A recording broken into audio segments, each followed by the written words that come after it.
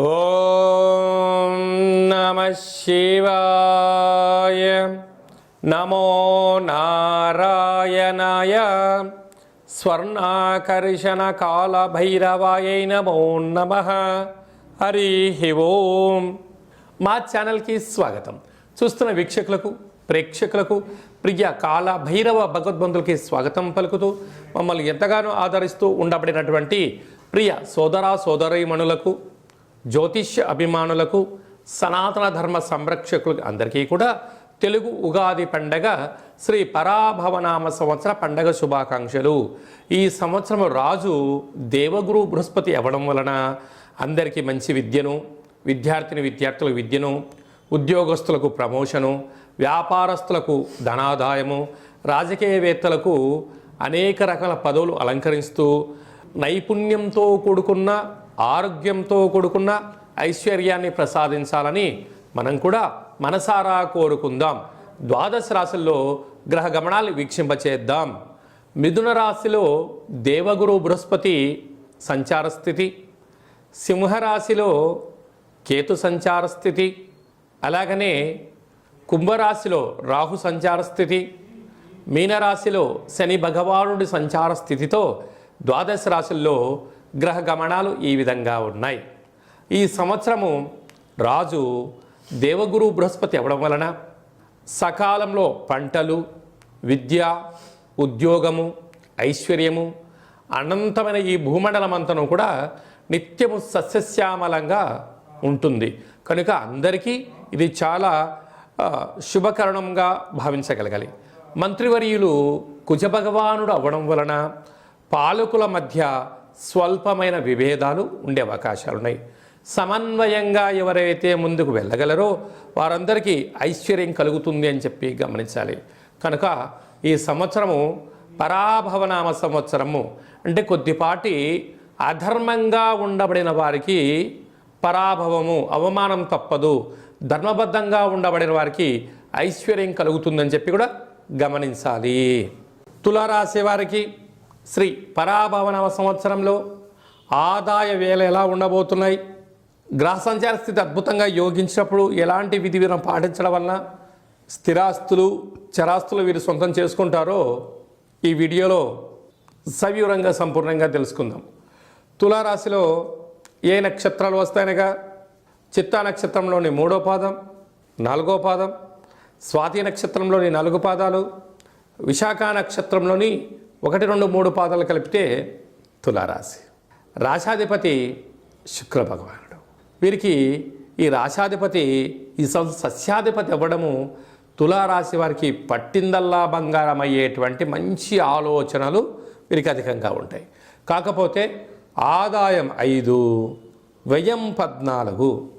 చూడండి, అంటే ఖర్చులకు కళ్యం వేయకపోయినా అనవసరమైన ఖర్చులకు వెళ్ళడం, విందులని, వినోదాలని, ఆర్భాటాలకు వెళ్ళారా అనేక అయినటువంటి సమస్యలను కొని తెచ్చుకునే పరిస్థితి చాలా అధికంగా ఉంటుంది. కనుక ఇలాంటి కాల సమయంలో వీలైనంత వరకు స్వీయ నియంత్రణ అవసరమని చెప్పి తులారాశి వారి జాతకులు చాలా గుర్తుపెట్టుకోగలగాలి. లేకపోతే స్థిరాస్తులు, చరాస్తులు, అప్పులు, ఆర్థిక ఇబ్బందులతో సతమతమయ్యే పరిస్థితి చాలా అధికంగా ఉంటుంది. రాజ్యపూజ్యమారు, అవమానం 3. కనుక వీలైనంత వరకు ఎదుటి వ్యక్తులకు నేనున్నాను అనే భరోసా ఇచ్చేదానికన్నా మౌనము, సత్ప్రవర్తన, సాధన చాలా అవసరమని చెప్పి జ్యోతిర్విజ్ఞానం తెలియచేస్తుంది. అలాగా రాశాధిపతి సస్యాధిపతి అవ్వడం, అలాగా 2వ స్థానాధిపతి కుజభగవానుడు మంత్రివర్యులు అవ్వడం వలన అప్పులు ఇవ్వడం, అప్పులు పుచ్చుకోవడం, రెండిటి వలన మీరు భారీ మూల్యం చెల్లించక తప్పక కొన్ని సమయ సందర్భాలలో పోలీస్ స్టేషన్లు, కోర్టు సమస్యలు, ఆర్థిక ఇబ్బందులు, నిందలు, అపనిందలు మోసే పరిస్థితి చాలా అధికంగా ఉంటుంది.